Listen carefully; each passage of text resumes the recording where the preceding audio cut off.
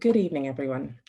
Good evening if you're watching us live from the UK, that is. And if you're watching us from elsewhere in the world, from a different time zone, or if you're watching us back online, hello and welcome. I'm Juliana Mensah. I'm a lecturer in the Department for English and Related Literature here at the University of York.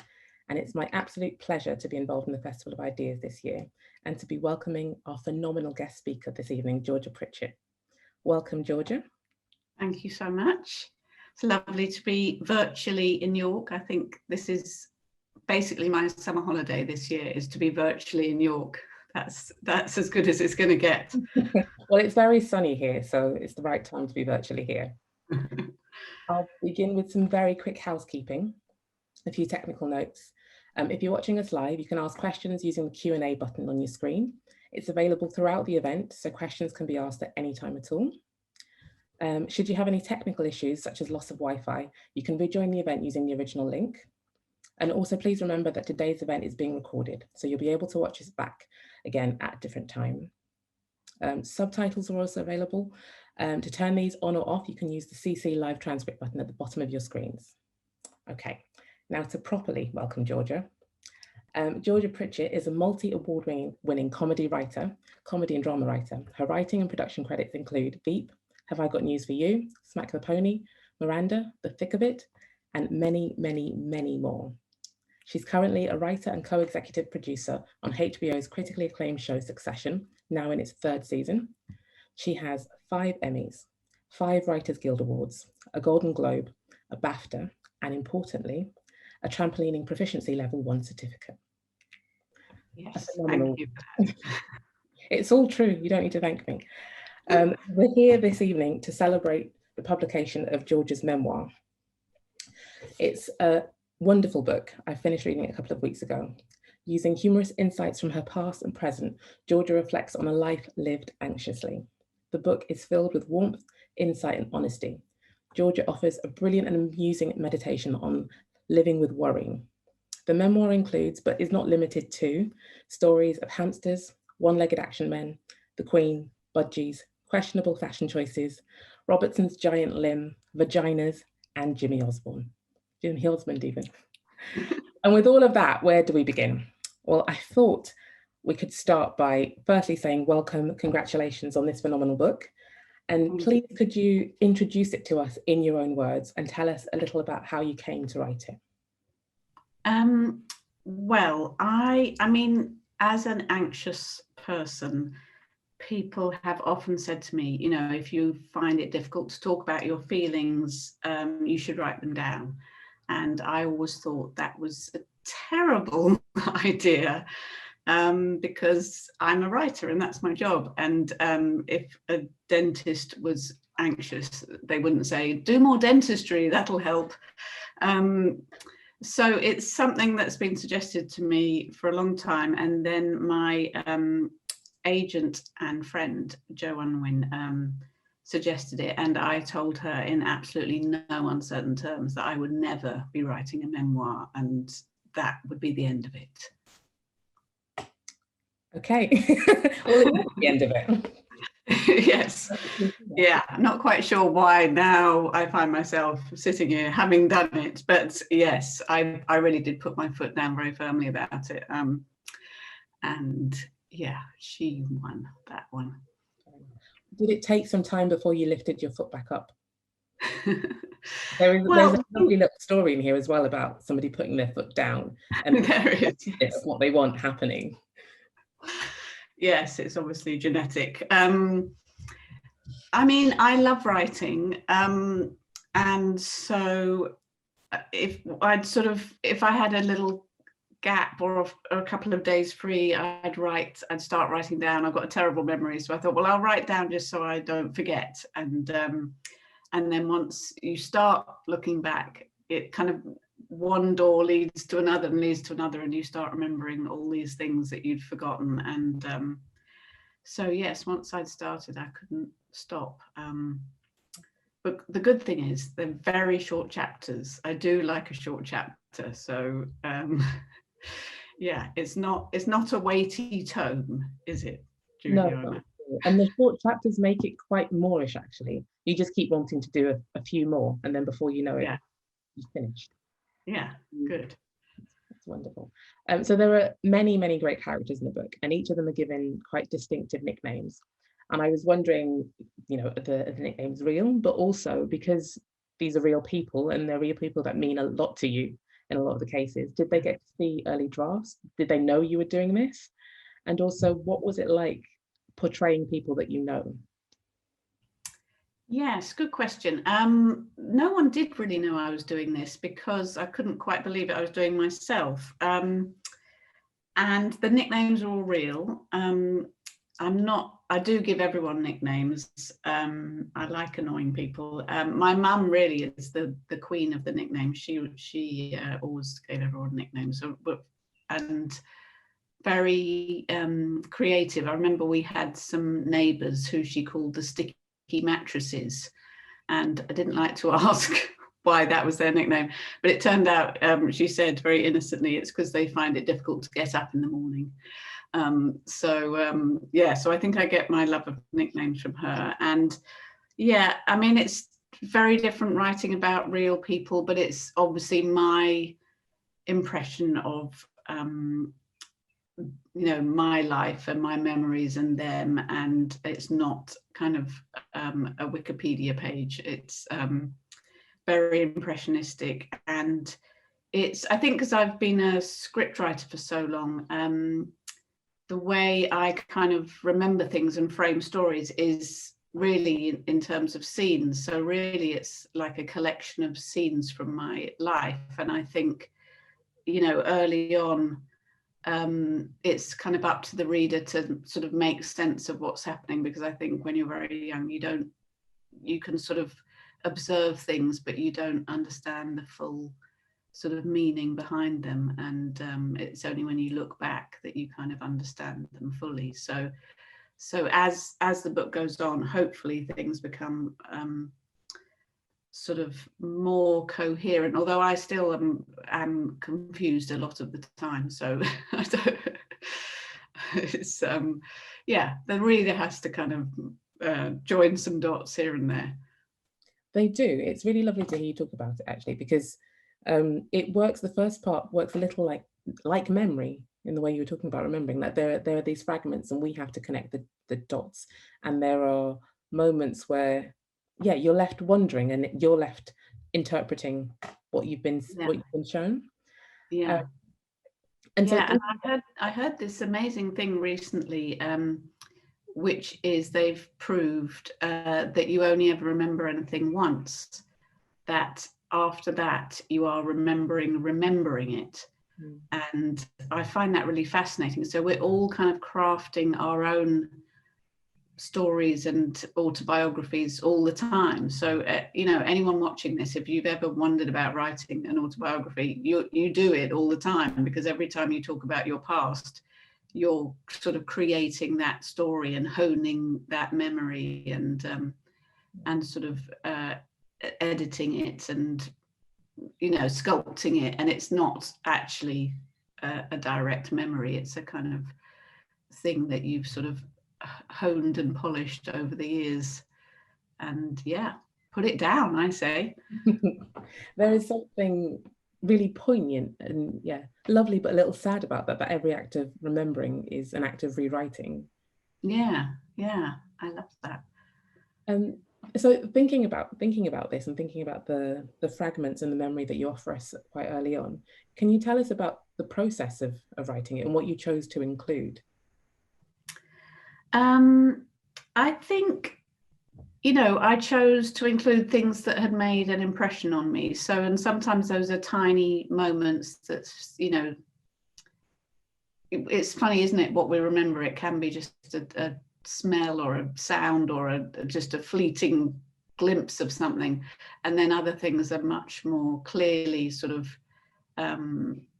impactful moments at the time. But I like that's what life is about, is sort of tiny, seemingly insignificant things that take on a significance to you, mixed up with these huge sort of world events or that brush up against history occasionally, and that's kind of fascinating to me. Yeah, And there is a really exciting moment towards the end of it when you're very closely brushing up against history. One of the things that I really enjoyed about... Are you saying that I could have been First Lady if I'd played my cards differently? I'm saying nothing. I'll let people read the book and make the decision for themselves, but yes, possibly. I think in reading this book, there are lots of aha moments or moments that will resonate with people because they've watched those films or they know the people that you've written for. And for me, there were some unexpected moments, like finding out that you'd written for Lenny Henry and for The Real McCoy, which was a Black British sketch show in the 90s that I used to watch with my family. And I was really interested in the idea of you writing for all sorts of different people. And also something quite, I suppose, connected to me in my life was that you lived in Elephant and Castle and you went to school in New Cross. And I lived and grew up in New Cross and went to school in Elephant Castle. So there were lots of kind of landmarks and moments, historical moments as well. You mentioned the New Cross fire, which was a hate crime against a Black family. And there was lots in the book that resonated with things that connected with cultural moments and also landscapes that I connected with. And I was wondering, when you were just talking then about the way that you remember and also brushing up against big moments in history, did you revisit any of those places? Or what sorts of things did you do to bring back those memories or those experiences? Yeah, I mean, I still live in London, so I pass all those places all the time. I'm still in South London. So yes, it was interesting looking back and remembering the kind of casual racism and sexism of the 70s and 80s and how that was acceptable. And we had a quick chat the other day and we're wondering how much has changed. There's certainly still overt racism and sexism around, but maybe it's people are getting called out on it a bit more. I don't know. But it was interesting looking back. I still pass the house in New Cross, and that was a very difficult time. I think the fact that nothing was done for so long sort of struck me, and the kind of house was very symbolic, passing it. And similarly, you mentioned writing for Lenny Henry and The Real McCoy, and there were so few women in the comedy world back then that I'm not Black, but I was considered a minority, even though there are more women than men in the world, and that was good enough. So, there's a lot to unpack there about whether I should have been writing for that show. But I loved writing for such a range of people, and there was one time where at the same time I was writing for Lenny Henry and Jo Brand and Ronnie Corbett, and, that trying to sort of inhabit them and their lives and their experiences and think and they were all in different ways quite physical performers, and sort of trying to imagine myself in these different sort of people's shoes was very exciting and fun and good. I think really good to be able to see life from other people's points of view and also see what's funny to them and what their perspective can kind of show us all. So that was a great experience. Oh, that sounds incredible. And I touched on a question that I was going to ask later, but I think we've kind of explored it at the moment, that there are these moments in the book where you touch on these larger kind of social and political concerns. And we've talked about kind of race politics in the UK, but also like the Me Too movement and women, or the lack of women in the screen industries. I didn't know whether you wanted to say anything about, I suppose, your decision to include those, because people may not necessarily expect that in this book. Yeah, I mean, it's very strange. There were just no other women comedy writers in the 90s, and even still now, there are hardly any. There are some female writer performers, there are more, which is great, but that comes from really that comes from a place of women finding they're not being written the roles, and so turning to writing and writing themselves the roles. So it doesn't come from an excellent, it comes from there being an unbalance in the world of comedy. And I think, definitely in those days, the sort of, we were encouraged to just kind of work harder, be silent, not say anything. And I think as time goes on and you realize how different it is for women, you kind of feel a duty to anyone coming up behind you to make things a bit different for them. I remember for a long time saying to people, where are the other women? And someone said, oh, you're a trailblazer. And I was saying, I'm the opposite to a trailblazer. No one wants to, I'm putting people off. No one's following. I got to work in America about 5 years ago, and that was the first time I worked in a writer's room with another woman, and that was incredible after 25 years. And I love the men I work with. I love all the comedy writers. They're we're fantastic friends and very close, and it's quite a sort of small community. But to suddenly be in a room with women who kind of dressed a bit like me, had similar experiences, similar sense of humor, kind of similar frame of reference, it absolutely took my breath away. I didn't expect for it to feel so different, and it felt incredibly validating and great. And it just made me think, wow, this is what it's like to be a white man every moment of every day, because I see myself and it's a really nice feeling. Yeah. And yeah, that was a great experience. Yeah, I like that. Yeah, I see myself and it's normal. It's expected. Yeah, exactly. Yeah, it's not too bad. Might this be a nice moment to play one of the extracts from the book? Rites of Passage by Gloria Pringle. Suddenly, adulthood. Suddenly, I was that budgie who had fallen out of the nest, and I had no clue what to do, except I was pretty sure it involved responsibility, and that is a big word for a budgie. One way of knowing you've crossed from girlhood to womanhood is that men stop furtively masturbating at you from bushes and start shouting things at you from cars. It's a beautiful moment. There should be some kind of ceremony. Another way I knew I had grown up is that when I was at school, the teachers used to shout, "Pritchett, wipe that smile off your face."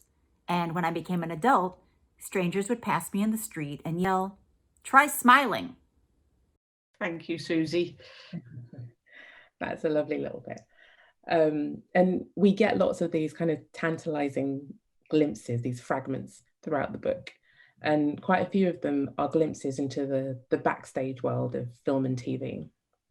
And I was wondering about when you decided to write those and how open you felt you could be about those scenes. Yeah, I felt a bit embarrassed because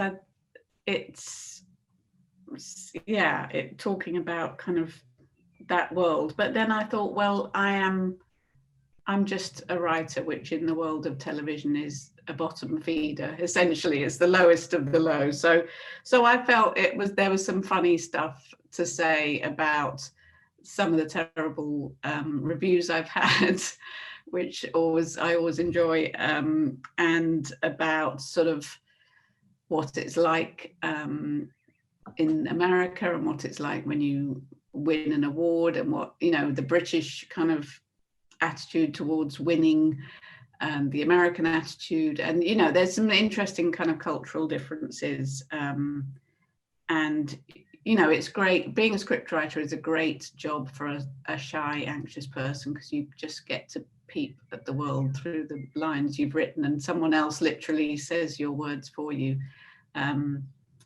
So yeah, I thought it was interesting for people to kind of hear from a writer, which you don't necessarily often hear from.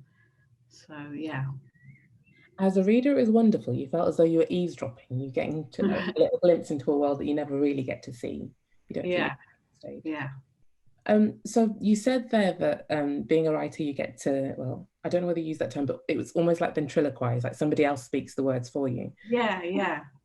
You've done so much of that and reached such heights in doing that. And this is quite a departure from that. It's very personal, it's non-fiction. It includes, you know, a cast of deeply lovable characters, but they're all real and they're all close to you. It also includes really poignant things about your journey to motherhood, your sons, they play a huge role in the book. How did you find that transition, you know, from writing fiction to writing this memoir? And what was the most enjoyable thing about it, and what were some of the challenges?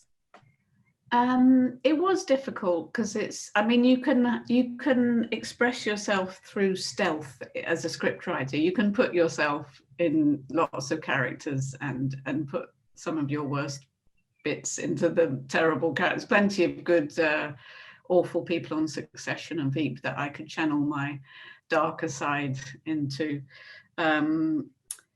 And yeah, it's different writing about yourself, but I think also I'm very aware that sometimes, you know, well, always in fact, life writes better jokes than I could, and I enjoy that. And you know, in a funny way, when we were writing Veep, you know, the fictional vice president and then president, played by Julia Louis-Dreyfus, was a sort of awful, ruthless, selfish, corrupt, lying, venal monster. But you know, she had a sense of shame, and when she did something wrong, she was punished. And suddenly, overnight, Trump appeared, and that suddenly seemed very quaint and old-fashioned and twee. So we had to finish, not the worst thing Trump did, finishing Veep off, but you know, we basically had to stop Veep because life had just sort of one-upped us in a major way. And I did feel, you know, when after the election, when Rudy Giuliani held his press conference at Four Seasons Total Landscaping, I wanted to applaud life because I thought that's the best punchline. I would never in many lifetimes have come up with that punchline, and I thoroughly enjoyed it and almost made the last 4 years worthwhile. Not quite, but very nearly. And so I think, you know, hopefully in the book, I've shown that life can be the best joke writer, and you have to kind of appreciate and enjoy those moments as much as all the other moments. And yeah, it's difficult though, because really the whole book is about how difficult I find it to talk about my feelings, and now people keep wanting me to talk about my feelings. I think I've been very clear that I'm no good at that. But yeah, it was definitely a big departure and a challenge. Yeah. But it feels like a very successful endeavor. It's a beautiful. Well, thank you. I don't know if my mum would agree, but thank you. From what you were just saying there about writing yourself by stealth into particular characters, I wondered, can you remember moments that you put yourself in a character, like moments that, yeah, are signature you? Oh my God, all the time. Yes, all the time.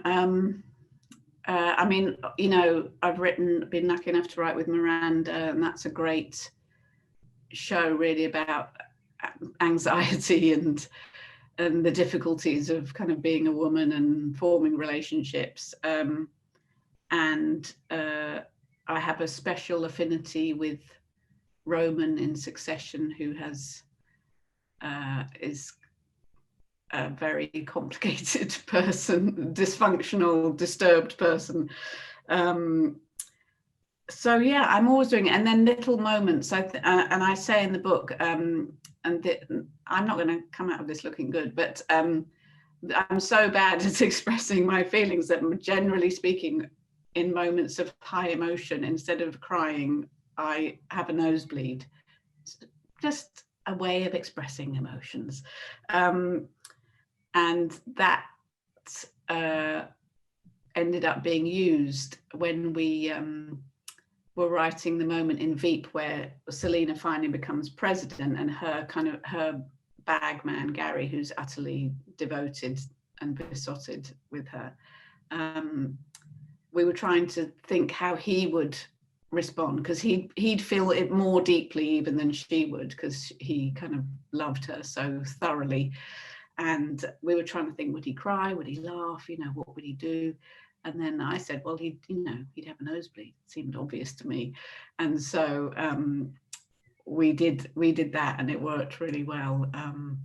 And yeah, I mean, you can't really go wrong with those actors. They could make anything work. But it was a nice moment to see his emotional response being a nosebleed. It's fascinating to hear you talk about your work and how it's all connected. I'm really sorry for this next question, because you've just said how you don't like talking about emotions. Yes. It struck me when reading this, and I think particularly because of the moment that we're all living through, that, you know, as well as COVID and related to COVID, in relation to COVID, it feels as though kind of anxiety and related to that, depression is the other pandemic that we're experiencing as a society. And although so many people are living with it and trying to manage it in all sorts of ways, as a society, we're still quite poor at talking about it and managing it. And even though you say you're not good at talking about emotions, you've written an entire book about anxiety and about mental health, for want of a better term. And I wondered how you found your way into it, and also how you kept going, I suppose, because beginning something may be easy, but completing it is quite a challenge. Yes, I mean, yeah, I think there was definitely some lockdown madness to do with, I sort of think I wrote it thinking I'll never show this to anyone. But then I think when we were all feeling so isolated and you know, disturbed and not knowing what was going to happen, it was, you know, we've just all been through this incredible trauma. We had no idea how long it was going to last. And I think, you know, everyone feeling isolated, I hope meant people could talk a bit more about that, because the whole world was experiencing the same thing. That I hope that people felt less alone. I think you can feel lonely still, but there's something about knowing that other people are familiar with that struggle, I think is helpful. And I think I thought, you know, maybe this, just knowing, as someone whose job is a comedy writer, it's easy to feel your job is to be happy. And so I know that for all kinds of reasons, sometimes it's difficult to admit to anything other than everything being great. So I just thought maybe sort of putting in some sort of honest chapters, you know, good things as well as bad things, would be something that might resonate with people or even help someone. Absolutely. And you say there about, you know, in the book you do write about some very personal challenges, but on each page you're only ever a few lines away from humor or from the next joke. And I'm wondering about that, how did you find that, you know, combining writing comedy and writing reality and some of the hard things about it? I think that's about as serious as I can get. I was trying to be very earnest. Yeah, did that not come off? There were moments, and then okay. Yeah, I think it's just a coping mechanism, you know, and it works, and it helps. I think it's good to be able to see the funny side of things and to laugh at yourself and your the mistakes you've made. So yeah, I think that's certainly a kind of tool I like to use in dealing with life's surprises. Is there a section of the book that you might like to read to us? Yes. Now, what What do you think, Juliana? Shall I read the one at the end, or do you want a couple? Can we have a couple? Yeah. Willing? Okay. I'll read a little. You mentioned Action Man. I think I can sense everyone desperate to know about the one-legged Action Man. So I'll mention a bit about, this is a section from my childhood, and then I'll read something from later on. So Action Man. Our dog, Flo, had not delivered in terms of dressing up in my Snoopy's clothes and having tea parties. All my pets devoted most of their time to running away from me. This was disappointing. My brother was not bothered about the animal exodus. He was too busy playing with his Action Man. I suddenly really wanted an Action Man. An Action Man could not die, like the fish, hibernate, like the tortoise, move next door, like the cat, fly away, like the canary, or devote his life to avoiding me, the dog. I begged my brother to give me one of his Action Man figures, so he gave me his old Action Man, which had one leg. The problem was, I wanted an Action Man with 2 legs. I know, on top of everything else, I was a body fascist. When it was my birthday, I told everyone that I wanted a new Action Man because my old Action Man only had 1 leg, which meant he couldn't get around very well. Bock assured me he had it covered. On the day of my birthday, Nan and Bock handed me a package and I unwrapped it excitedly. This was my new Action Man, but no. Inside the package was a small wheelchair that Bock had made out of wood. Now my Action Man could get around. This taught me that adults are idiots. So yeah, that's the kind of suffering that we're dealing with here, Juliana. It's unflinching portrait of uncooperative pets and annoying relatives. And then I'll just read you a bit from later on. So as you say, I had quite a journey having children. And then once they arrived, there were more surprises ahead, and they would both have learning difficulties and additional needs. So life is, every day is full of surprises. So this is about a conversation I had with my teenage son fairly recently. The conversation I had been dreading having with my son arrives. Not the one about sex. We've been over that several times and he still seems to be confused. The last time I asked him if he knew where babies came from, he said a lady's front porch, and I decided that was near enough. This conversation starts with him saying, "Why do I go to a special school? Even though I've been waiting for a question like this, I suddenly don't have a good answer." I tell him that everyone has things they're good at and things they find difficult. What does he think he's good at, or what does he find difficult? He says he's good at everything. Let's think about your friends, I say. What are they good at, or what do they find difficult? How about Huang? The spec looks thoughtful. He's good at being Chinese, he observes. Yes, he is, I say. It comes naturally to him, whereas I am rubbish at being Chinese. Okay, how about Joseph? The spec thinks again. He has Jewish problems. What are those? I ask, slightly alarmed. He can't eat bacon, says the spec with sympathy, because bacon is his favourite food. True, I say, this conversation isn't really going to plan. And how about Zach? I ask cautiously. Zach has a condition called Proteus syndrome, which means that his face is a different shape. The spec thinks at length. Finally, he says, he has a hearing aid. I marvel at the fact that he has noticed a tiny hearing aid on what is essentially a rather unusual looking face. Let's have another think about the things you find difficult, I suggest. This, he says, and gets up and leaves. So, yeah, there's a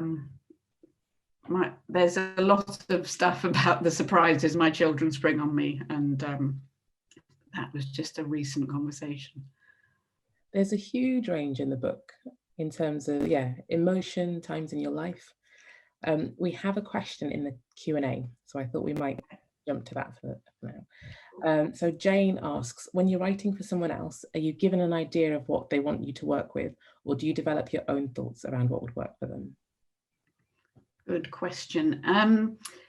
It really varies from person to person. It's very helpful if they tell you the things that they want to say, or points they want to make, or things that matter to them or make them angry, or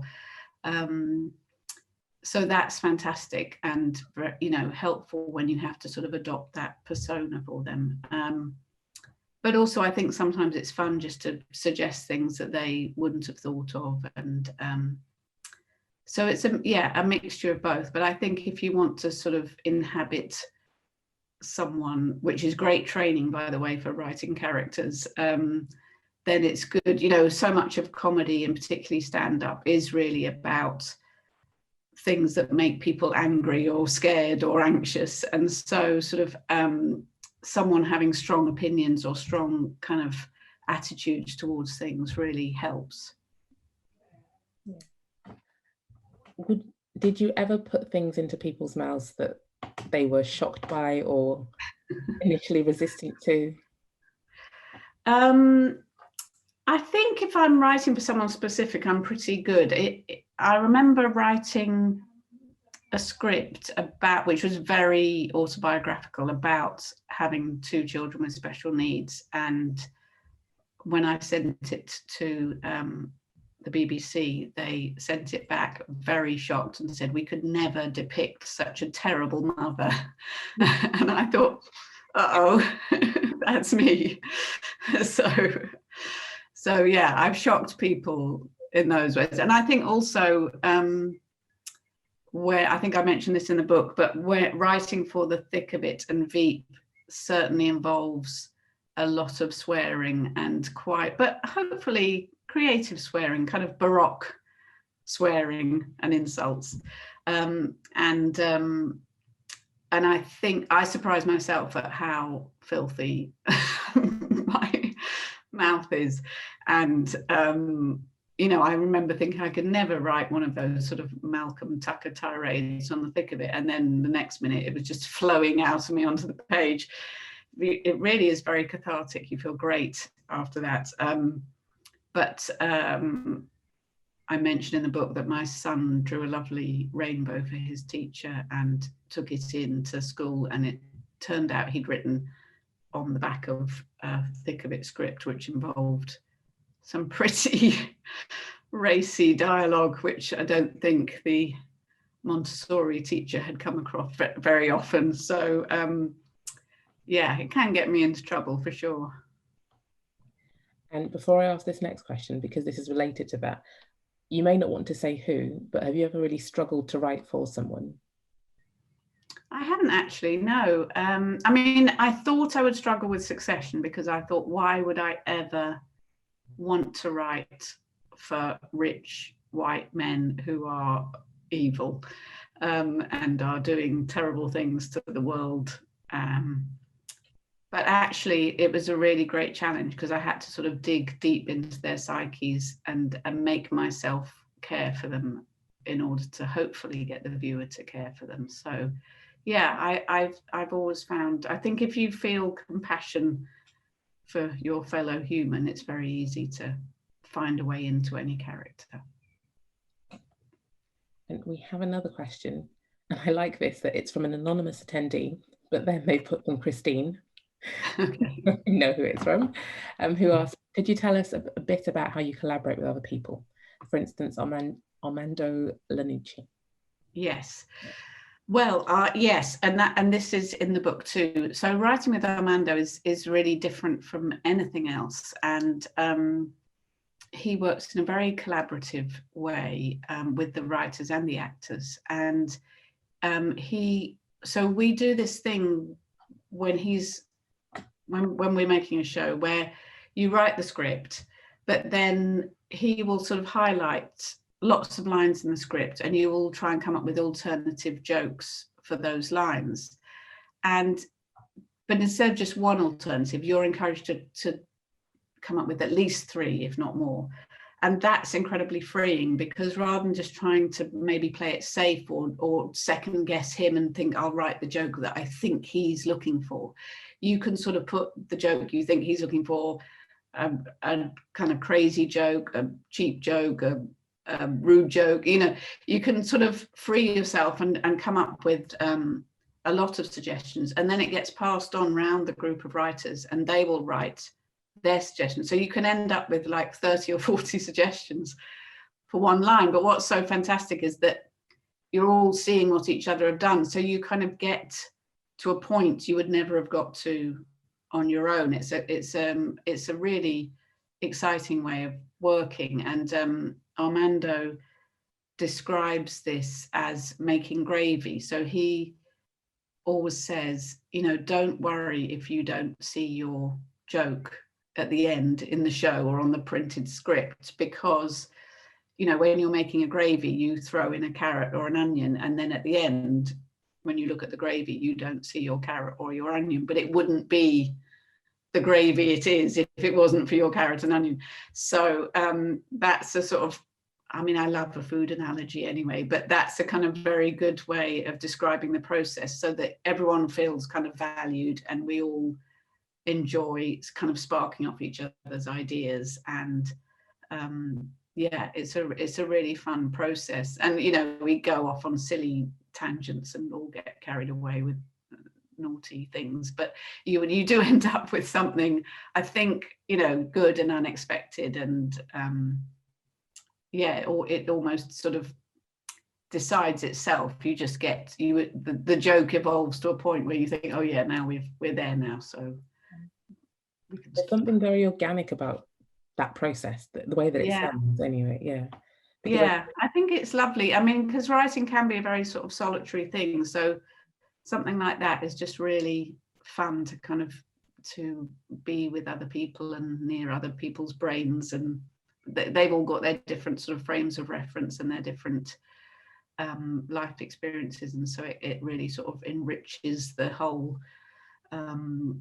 brew, so to speak. We have other questions coming in, but because I have one that's related to this, when you were saying that writing can be quite solitary, how did you find the process of writing this then? Did you do it in bursts, or was it in between collaborative projects? Because I did it in between. I like sort of writing on, and it's good because things remind you of different aspects. So I enjoyed it because although I was doing it on my own, because it's about so many people I know and love, it felt like a sort of a team project, even though I was actually the one putting it down. Did you find their voices were following you through the day until you'd written the next one? Yeah, exactly. We have a question from Laura, and she says, I wonder if you think that writing with humour acts as an escape from difficult themes or emotions, or whether you think that it instead acts as a way to process them. This may be difficult to answer. She acknowledged. Well, yeah, that's a great question. I mean, I think it can be both, can't it? I think it can be a really useful tool, as I was saying, in a way of making sense of things. And I think also, to make a joke about it, it involves some distancing of yourself to the thing, and that can be unhealthy in that you're hiding from it, or kind of distracting from it, or, you know, diverting your feelings in a way. But I think it can also be healthy in that you get sort of perspective, and, you know, I think comedy is a good way of putting things in perspective, and that can be very useful. Laura also says that she enjoys writing silly poems, and she finds it helps as an escape. Oh yeah, I think it is. I mean, any kind of writing is really helpful. I think, you know, I always write, whether anyone's paying me or not. I write all the time, and even if it's silly things to annoy my children, or, you know, I think it's just very freeing, and you always end up coming up with something that you use one day. You know, so I would strongly recommend writing books or scripts, whether someone's asked you to or not, because you'll hit upon an idea or a character or a line or a moment that will, you know, will work in something and will be used. And you always learn. Even if Laura's writing a silly poem, she'll learn from every poem. Yeah, absolutely. Related to that first question that Laura asked about writing difficult moments or difficult challenges, there are some who say that you need like darkness or hardship or those challenges to write comedy. What do you think of that, or what would you say to that? I think, you know, it depends on the kind of comedy, but I think there is always pathos, or the best comedy I think has tragedy or pathos in it. And particularly, you know, British people, we hide our sort of failures and disappointments in and self-loathing in comedy. And so I think you do need some pain in there to make. I think that, you know, there's more sort of slapstick stuff, but then again, you know, Miranda was very slapstick, and there's definitely pain beneath her writing. So yeah, I think it's unavoidable, so we might as well use it in a creative way.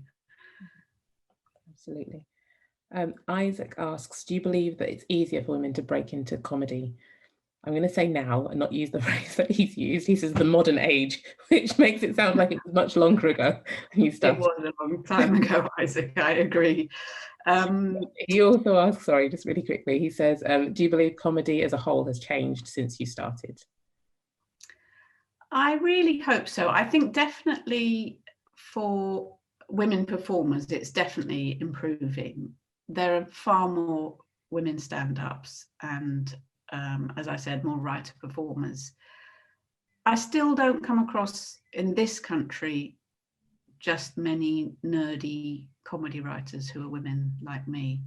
But I think it is changing, and I think as things open up and there are different ways of getting in now, you know, you can post stuff of yourself online and things. I think there's more routes in and that are less discriminatory. So I'm hoping that it's changing, and certainly the people of the modern age have a better attitude towards women. So that's very hopeful for the future. I also saw that he asked about my cow, which I'm delighted about. Yes, there's a lot in the Q&A about your cow.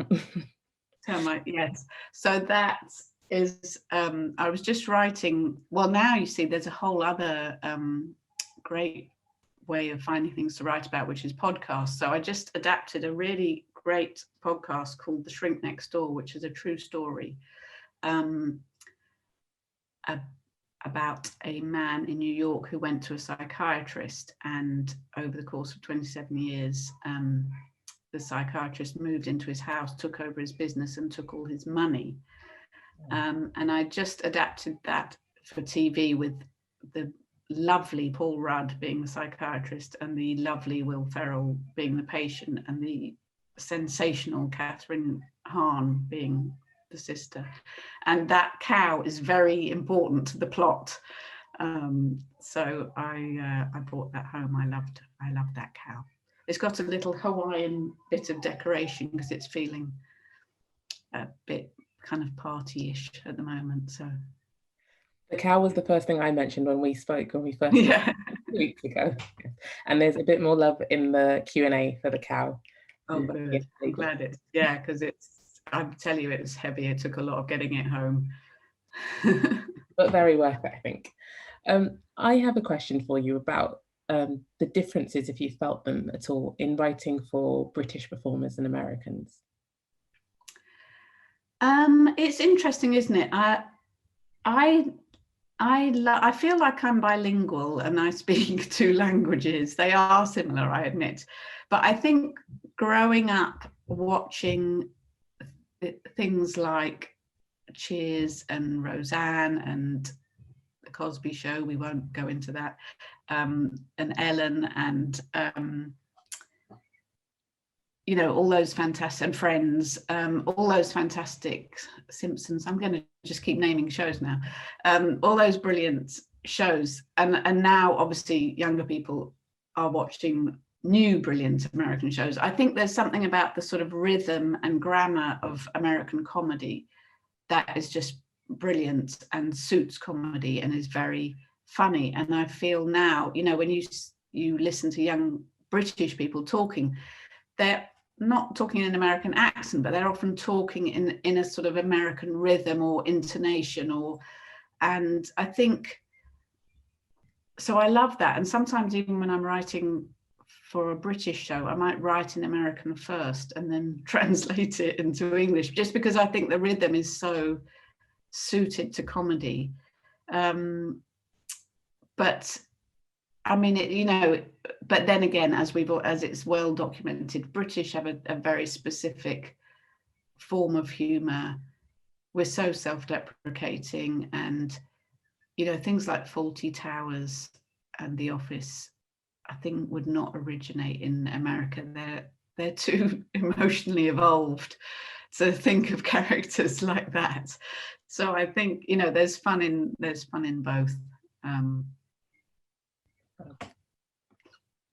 I wonder whether, we've got another question. So I will read through Isaac's question and then maybe we'll show another clip.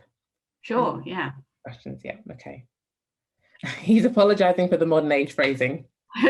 No need to at all. A harder question. Have you found that since writing your memoir, it's easier to talk about your life's harder times and express them productively, despite our British humour? Has it made you feel closer to people you wrote about from reliving your moments with them? Very good question. I think I still struggle to talk about things. I definitely would rather just email Isaac now with the answer, but that would be less interesting for everyone else. It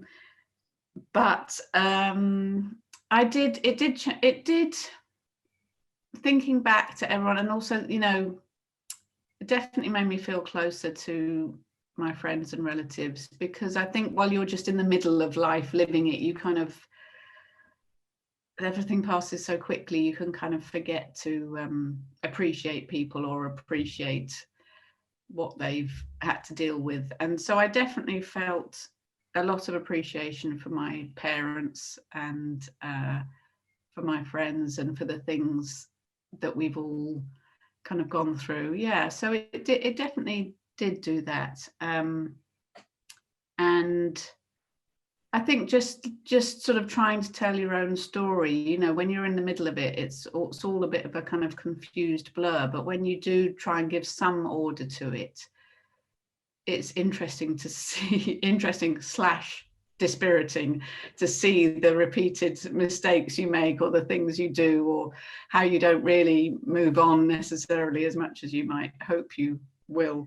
So yes, it's a good exercise and a good, I think it's good sometimes to just kind of step out of the whirlwind and take a look at what you've done so far, and if you would like to change how you do things in the future.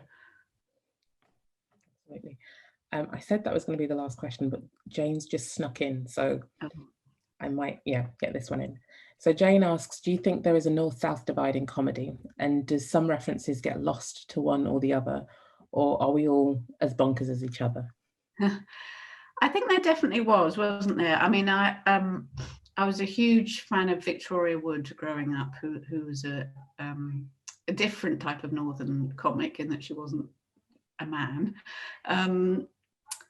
I think there definitely was. I'm half Liverpudlian, so I like to feel I straddle both. And I've also spent a lot of time in Scotland, which is about as far north as you can get. But I think now, you know, for good or for bad, social media has made us more homogenous, and that there is, comedy-wise, I think, less of a divide. There's a divide in all sorts of other terrible ways. But I think comedy-wise, there's less of a divide. And I don't know if that's good or not. You know, it's a shame for anyone to lose their identity, but equally it's lovely if we're all sort of enjoying something in a communal way that's inclusive. So yeah. Thank you for that, Georgia. I think we should end on the final clip. We're All Doomed by Georgia Pritstick. My earliest memory is of sitting in my buggy in the snow. I was 3. My mum told my brother, "Don't fall over in the snow." Then he fell over in the snow. This made me realise, 1, bad things happen. 2, bad things happen even when you tell the bad thing not to happen. 3, we're all doomed. That's a cheery note to go out on. That's my legacy. We're all doomed. You're welcome. But it's packaged in a joke, so it's lovely. Yeah. We're all doomed, and it'll be hilarious. Don't worry. Exactly. Enjoy it. Oh, Georgia, thank you so much for this conversation. It's been so interesting and entertaining and wide-ranging. Thank you for joining us. Very nice to talk to you. I look forward to your book, and it's been lovely to virtually be in York. It's been wonderful having you. And thank you to everybody for joining us. And just to remind you that the recording of this event will be available on the festival YouTube channel, which can be accessed from the Watch Again section of the festival website from the 20th of June. You'll be contacted by email when the video is available to view. If you'd like to purchase Georgia's book, it's published on the 1st of July, but you can pre-order now. My Mess is a Bit of a Life, which I would change the title to My Mess is an Extraordinary Life, because she's lived a phenomenal life. You'll also get signed book plates if you get them from our bookseller, Fox Lane Books. For more information on book sales, please see the festival website, or you can head directly to foxlanebooks.co.uk. We very much hope that you'll continue to be engaged with the York Festival of Ideas. Have a look at the website. It's full of details about other events happening in the coming days and weeks. We'd love to hear your thoughts about the events and to contribute to the conversation about the events and the people that we're welcoming. And you can use the hashtag YorkIdeas. Thank you all very much. And thank you, Georgia, once again.